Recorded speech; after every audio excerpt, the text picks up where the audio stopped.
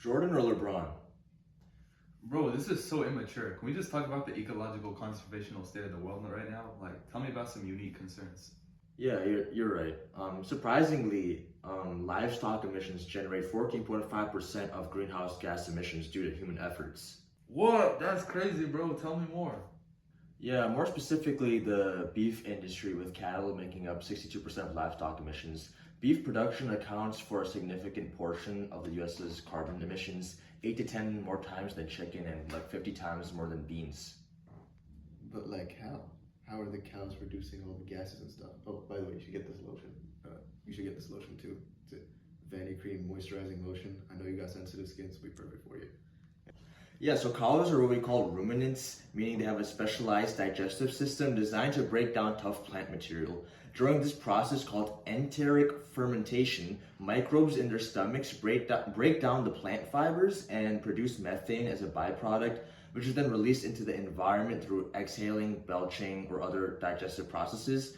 And methane is a bigger threat to climate change than carbon dioxide, as it traps more heat and causes quicker warming. Wait, so the main problem is these cows are a type of animal called like ruminants, and they release methane by like farting and like burping and like crapping and stuff? Bro, they're just like me for real. Okay, anyways.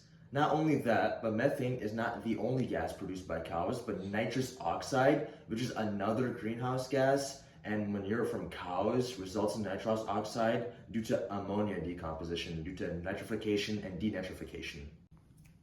Yeah, that all sounds pretty bad, but is it like that big of a concern? Like, really?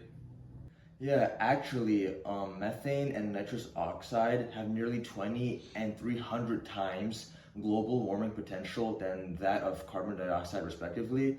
And I mean, here's the bigger picture. The livestock industry isn't just pumping out greenhouse gases from cattle, it's also clearing massive areas of forest, which is called deforestation, wiping out the very trees that absorb carbon and are carbon sinks from the atmosphere. And in places like the Brazilian Amazon, along with the Bolivian lowlands and the Central Americas, pasture expansion has driven major deforestation. And when those trees are cut or burned, all that stored carbon is released back into the air, accelerating climate change even more and contributing to global warming.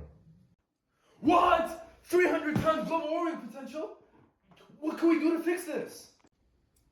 Yeah, so when we talk solutions, one idea in the political level is a carbon tax, which is going to incentivize innovations, technological innovations, or less deforestation, just to reduce emissions due to profits.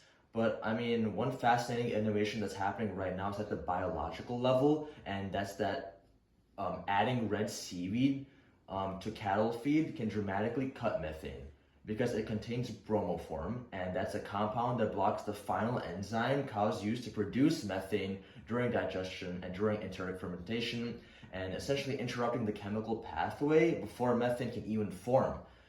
Research shows that it reduces it by 80%. And researchers are still studying this, whether it can be scaled sustainably, but future research should really be developed, and this is a really promising solution. Yep, those sound like promising solutions. I hope we can embark on that.